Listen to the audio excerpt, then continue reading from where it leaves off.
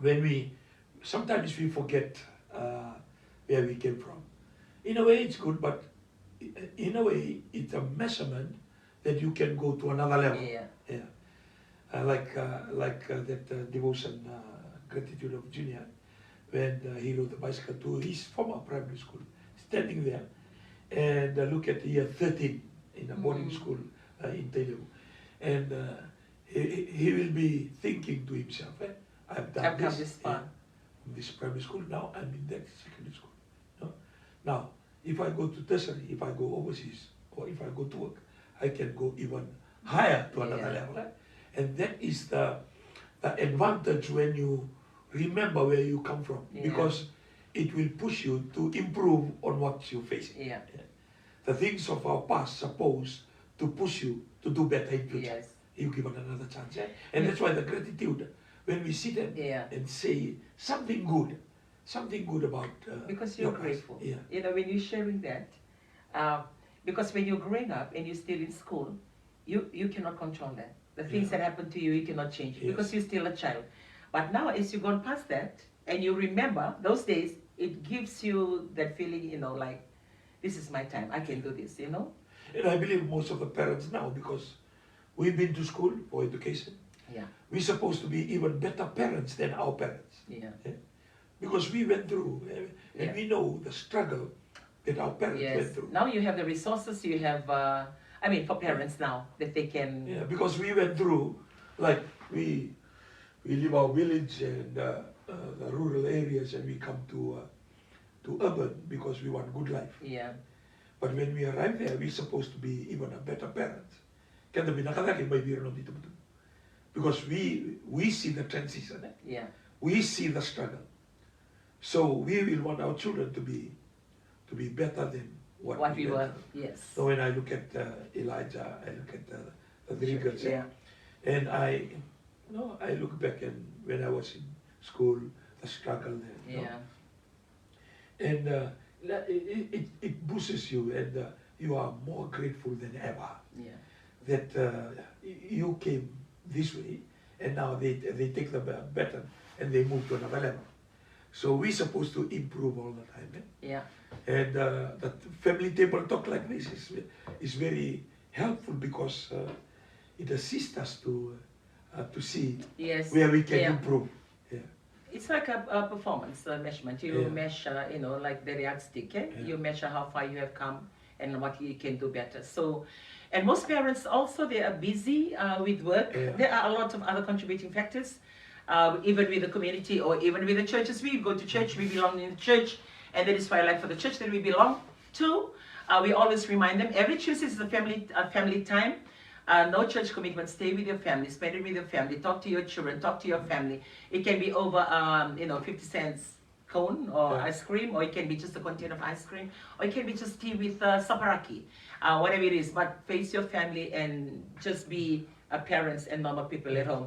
I always love those moments. That's why for me, every night, every evening for the devotion, it's very important. It's my time, my real time with my grandchildren, my real time with my family.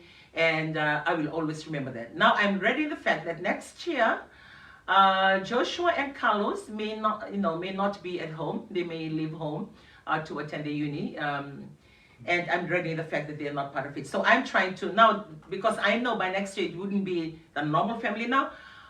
I'm putting in programs wherever I'm going to rope them in and maximize them.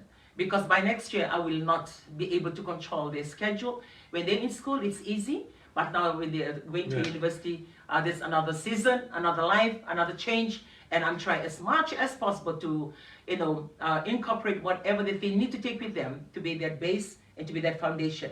Because if we don't meet every night for devotion like we used to do for the last 4 or 5 years, well, next year, at least I've planted something in their heart, in their life, at 7 o'clock, wherever they are, in whatever part of the world, their heart will convict them. This is the time that they usually have our devotion all those years. Or whenever they're faced with other things and temptation, they will be reminded. This is the thing that my grandmother or my nana always talked to me about. This is the thing, things that I'm trying to plant into their life, or create that awareness. So when they are not at home, because I'm not going to be with them all the time, they are convicted. If they are in the right place, they will be convicted. If they're in the wrong place, they will be convicted. If they have the wrong friends around them, they will be convicted if they're doing the wrong thing. Because since I'm not with them, create that learning, create that understanding, and also trust God. If you're a believer, that He's going to look after your children. Most of the parents, they don't have the freedom of working 8 to 5, and they are shift work or going overseas. Yeah. And they have to, to maximize whatever time if they are shift work. Yeah. Because the work now is more like a 24/7. Yes. So a lot of people that they either commuting or they work shift work at night, and they come in the morning. In whatever program you work through at you, yes, then you must maximize the time that you are with your children. And as Radin said, I mentioned that you support them, especially if they are not doing well in academics. Yeah. Support them, not take sides just to support those they are good academically. Yeah. There are people, they're good in singing, their arts, yes, their dancing, their games, in whatever they are good at. Those are the talents. And we also need to support them, that they don't feel that they are left out. Yes. And because most of the time we just look to achievement on the fingers, on the marks. on the academic side. But we don't, on the other we don't see. strength. I've seen a lot overseas when their children are playing either football or swimming or rugby, their parents will be there. Support them. Right will through. be there, right through. Even when they are small, because we're supposed to support them. And whenever they do whatever they are doing, and they see the support from their parents, there's a boost in them. Yeah, and that's one thing that I've noticed as well. I think mostly it's on the ETOK parents. Like when they are in school, we only push them academically. And if the children decide to do sports, and I think like the support is not really there. For most, I see it's there because you are in the, like when you in that comms, when you hear parents talking about their children on how they support them from home. Lebih weekend baka nangito na kamay baka isang suti niyanga e may baka may malmulumunta ka non rakanya buli so nangona nangito saraya non future. Yung wana inda susungiri pa pinakikita support kira, that can be their future, and it's Well, I think we're talking a lot on the children today, and we would like to go into something else. And before we do that, since we're talking about the children, please, we have the Youth Symposium in December. As we are talking about this, we are going to be having like a career path talk, that we will have booths for the identified areas, not only in the academics, like for musical instruments, if you're a singer, you love your music, or sports. And we're trying to create room for that. So if you have your children not doing anything for the month of December, but the thing is, if your child come in, they will be there up until New Year's Eve. And after New Year's Eve, we still have 2 days part of that program. So we're creating something new for this year. We've had it for the last 2 years, and this is the 3rd time that we're having it. And it's quite exciting, which we will help our children, or when they come in, to realize their strengths. And we have some creative, very creative program. Before we used to group them like in all age group together in a team. Now we are doing it in a different way. We are grouping them according to the age group, which means they rub shoulder together with their own age or somebody that is older than them. So it's not only grouping, teaming in this youth camp, but also rubbing off shoulders together with the children of your same age or older, that you can learn not only in the spiritual element, but you take something back, in your bucket, or have some list, ticked in the physical essence as well. So we are running up with that. If you're interested, you don't need to be attending our church to attend it. It's open to all the youths, all churches, even if you don't have a church to attend. Or you or you don't go to any church, send your children to us and contact our office for that registration, because we will be starting there on the 27th of December until the 3rd, I believe, of January. And it's going to be filled up with all this program that will have talks from spiritual level from us, and also we will be inviting speakers to come in and speak on oral health, on HIV, and mental health, anything that we have seen the stats being so high for us in Fiji on our youth. And we are trying to have that week filled up with all these things, and also for them to realize what other potential that they have academically that they don't. I believe it's a good program since the talk today on HIV, Yes. sexual transmitted disease, Yeah. and teenage pregnancy, Yeah. and street dwellers, that age is coming down, and what else? The rebellious children, the fight at the bus stand, always children. And I believe this program is tailor-made. This is the solution to the problem, the social problem that we are facing right now. Not only in Fiji, right across. The solution is in that book.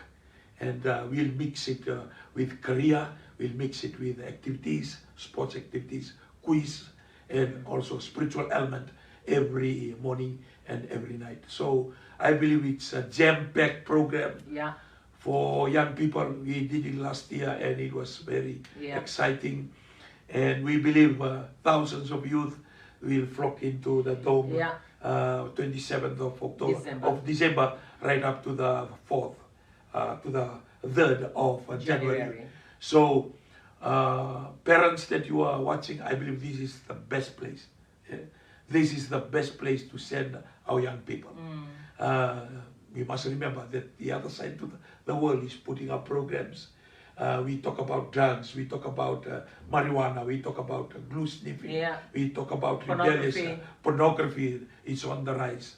I was told by one of the Fiji Council of Churches official that pornography and divorce rate, Fiji is number 4 in the world. Really? And number 4 in the world. Number 4. Pornography is number 4 in the world. Divorce rate is number 4 in the world. Imagine the country as small as Fiji. In the Pacific, we are number 2 to Papua New Guinea. And it's a challenge. It's a challenge. And I believe the program that we are putting now, it's not for the church, it's for our young people. It's for Fiji, because we are concerned about our young people. And we believe the school, they are putting up their hands, that they need help. The parents, they are putting up their hands, they need help. Even the government, social welfare are putting up their hands. Even the police are putting up their hands, they need help. We need to work together. It's a time that we'll work together. As Radin said, we'll invite speakers to speak on their experiences and their area of work outside the church environment. So it will be a 360 Omni solution, jam-packed program, and I believe our young people will be excited to welcome New Year 2024 in a very, very different way. Last year, just to recap, last year what we did on the New Year's Eve, we had these thousands of youth at the dome. They wrote their list on what they want to get rid of in their life, like certain things that they know it's not helping them. They wrote their list and they took their list with them. And what we did, we set up little campfires for them to burn away all those lists, and having that bonus that they are starting a new life come New Year, that they're starting anew. Well, round up for the Youth Symposium, we are doing something new for this year. We have the Kids Expo, Angel Adventures, that we've tried for the 2023 Global Conference. For those of you that have joined us on Facebook and joined us in the program that we've had, we've seen a success in this. The total number we had for this age group, amazing, from 6 to 12 was 1,200. 1,200, and it's amazing. The number. So what we have tried, and we've identified the strength, and for this Youth Symposium, it will be including them, which means not the 6-year-old, but from the 8-year-old. So we have, no, not 8, 9. We have the 9-year-old, 10, 11, and 12. These are the age group that we will have to be also part of the program of the symposium. And they will be not joining us for the whole scope of the days. They will not be there for the whole 6 days, but they'll come in, I think, for 1 or 2 days. But we will be relate, the information as we come closer. Our team haven't met yet. We've just done the SWOT analysis of the Global Conference 23, and our team will be ready to sit and meet towards for the December event, which we will be coming to you for more details. And keep a lookout on our Facebook page, keep a lookout on the printed media for more information for that youth symposium in December. So write it down on your list, and you just say, I need to send my child to that youth symposium in December, and send them.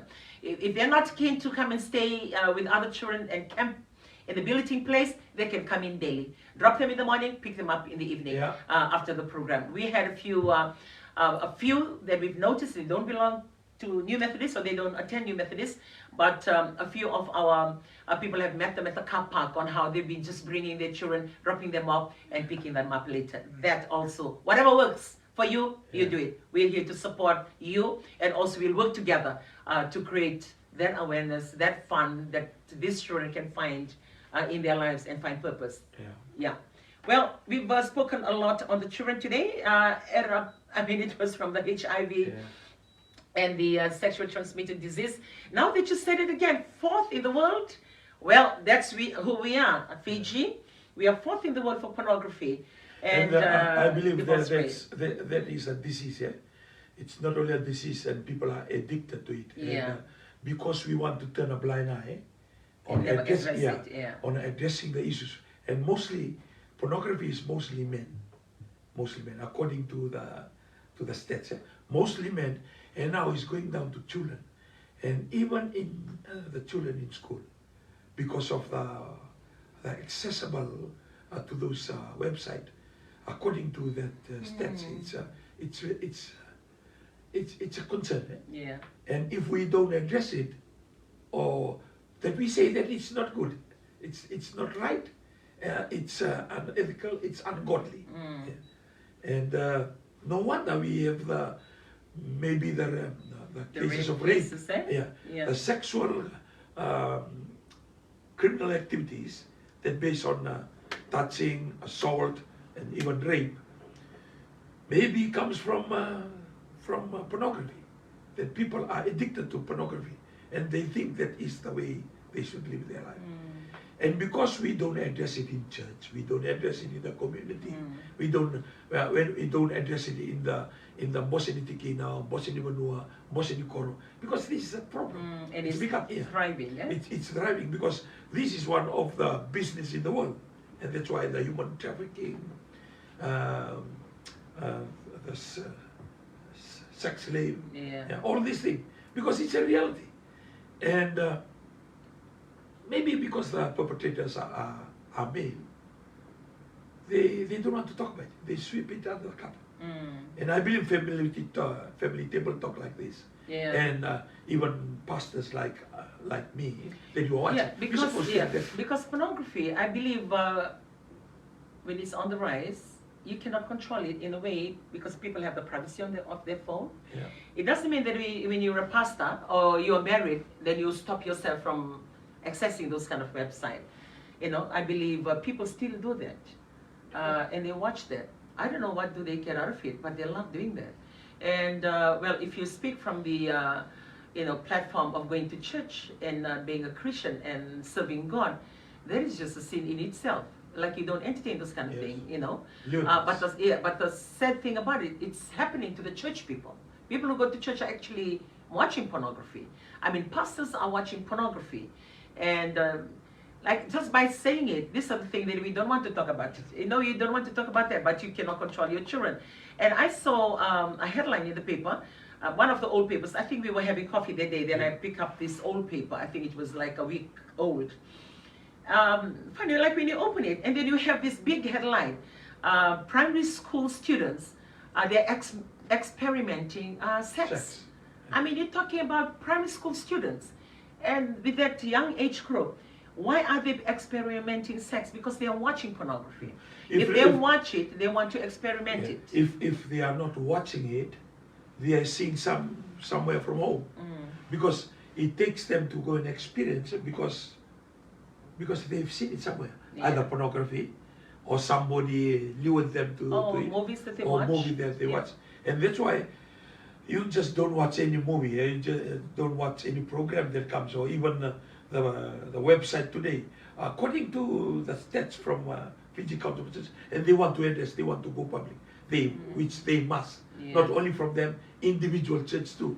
Because I remember it was one conference that I went to in Melbourne so many years ago. Yeah, I remember that. And they were, the bill was paid, and the highest paid movie in all those rooms was pornography, and the conference was a Pastor's conference. Pastor's conference. So the head of the church came and asked for the bill, and he was just trying to see what other movie that was. The mostly watched movies. And the mostly watched movies was pornography. Well, I never used to really look at it as a problem. I'm always speaking on the drugs and the smoke and the sex. But now pornography is there. And that pornography is actually, like when you watch that, then it leads you to these things. It leads you to have sex and also to take drugs and all these things. Like they are interrelated. Yeah, because most of the time when you take drugs or you become drunk, like you are like in your mind, you're lost. You are free to do anything. Yeah. Like the wisdom and the knowledge or the integrity of a human being is being removed. Yeah. See, so the harder the drugs that you take, or the stronger the drugs that you take, it makes you not yourself. Yeah, it drives you to be another person. It takes away your human being status. Yeah. And that's why I believe for us the believers, that's why the Bible is very strict on drunkenness, because it takes away your ability to think right and do right. And do right, yeah, true. So pornography, we are talking on that, and that's why our young people reducing the ceiling. They are practicing like primary school. I remember that day when you show me that newspaper.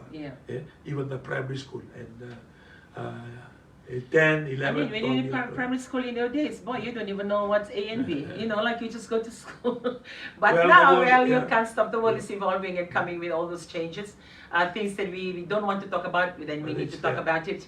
And now it's really given me an insight as well. Like I never used to talk about this with my grandchildren. I need to tell them what it is, that they are accessible to it, because I may not control what they, whatever they're pressing on the phone.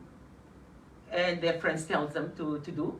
And I cannot control them, but they need to know if they do, what will happen if they do, what will drive them. And that can be like what he said, it becomes an addiction. So some they watch it for different reasons. It can be like to revamp their love life, maybe for those who are married. Some is just cheap thrills that they try to get out of it, whatever it is. We just have to be very straight and call a spade a spade. We just have to say that it's sin. It's not good, and it's supposed to be sacred because God created sex for different reason altogether. But the lust came in, so we are controlled by a different force altogether. So the world is taken over by these dark forces, and these are the drugs, sex, pornography, all these things, because we are fighting every day. And if we are not careful, or we want to play a good person and sweep it under the carpet, then we have a problem that will surface anytime tomorrow or next week, next month, because it's a big problem now. And it's good that it's brought up today, because according to the record, Fiji is one of the worst in the world. I mean, how many countries in the world, and Fiji is number 4. In the whole world, maybe we are so small, like a dot, and then that dot is 4th in the world. Amazing. And it just shows the spirituality of people. And sometimes we leave aside the spirituality and God, even the right thinking person. Just a right thinking person. And that's something that it's a big challenge, and sometimes we don't admit that we have the problem in Fiji. We have a big problem. Filling up prison, roaming in the street, very quick-tempered, and all these things. These are something that it's like a Sodom, but we don't want to identify. We don't even talk about it. Even in our village, Mose, we don't bring those kind, because of our tradition and culture. It's snub all those things not to talk. We talk about something. Nice things. Well, I think that's normal. It's natural. But, No, but the problems are there. Other races, no, they talk about it. Yeah. They bring it out, they deal with the issue. But for one thing that I see about it, okay, the things that that's not right, or we don't want to talk. We don't want to, I don't know, maybe because we are warriors, we think that we are smart, we think that we are good. Sometimes we don't want to talk about our weak point. Yeah. And with the issues of 75% poverty, 75% of marriage breakdown, it's okay. Yeah. Pregnancy, for teenage, they are still in school, 1,000 plus, it's okay. And only 100 plus in that. So all this, the reality, we need to talk about it. Yeah. So we believe the family table talk all the way from the city of Brisbane. It's something that is becoming a the sun is rising and it's getting hot at the back end, but it's still beautiful and it's still beautiful. And I believe it's like a Sodom, but we need to talk about it. If we love our young people, if we love our future generation, I believe nobody does not love their children. We all love our children. We love our grandchildren. But we need to talk about the things that are not right. Yes. And also, like as you highlighted on the high cases of divorce rate, and that is why, like for those of you who are couples, love each other and talk a lot, communicate to understand each other. Sometimes you don't talk. Sometimes, most of the times, you wallow in your own sorrows, whatever that you're going through. Talk about it. On the recent conference that we had, we tried to call it the fresh love, like those who were married for the last 5 years. And one thing we were addressing with them, this is the time, it's either you make it or you break it, because after courting and after knowing each other for so long, and now you come together to form a family. And that's where the realities come up, like the inefficiencies, the lies, and all those things. Sometimes it can either take you out of your marriage or strengthen your marriage. So like what I mentioned today, that we are on the 4th, that means the couples and the relationship are also affected because of the different things and our differences. And those differences, I believe you have to find a way of solving it. You have to find a way of fixing it. And if you're a believer and you are married, try with the basic, simple step of just praying together. And just pray together. Because through that simple prayer, it will sustain your marriage, and it will also guide you on what to do. At least on one thing you are agreeing, and you are on the same level. If you're doing otherwise and you're thinking otherwise, there's one thing that you can come together and agree on in prayer to save your marriage. And also, I always share this with the women in church. Don't ever think that the church is here to save your marriage. You need to work on your marriage. Going to church doesn't save your marriage automatically. You need to work on your marriage. You need to find time to talk to your husband, talk to your wife, know their needs, know their weaknesses, know their strength, and help each other. Because what used to be before on the family, how authentic it is, and how you really, like families before are totally different from families now. Before it's like, if something happens, it's like a big thing. But now it's like, okay, change. It's just like you changing your clothes, the way you change your partners or change your families. Like it's normal and it's acceptable. And the society have, accepted that. But before, the society really, react when there is a change to this particular family that is, so loving. And so those things you cannot control, but you can control your family. You can control your relationship at home, to work at it and listen to each other. And most of the times when it doesn't work, when things you're talking about doesn't work, or your husband doesn't listen, or your wife doesn't listen, so you look for the easy way out. You look for somebody else that can listen to you, or you look for somebody else that can, satisfy you, or you look for other things that give you that pleasure because you're not getting it at home. So those are the things that comes as a conviction.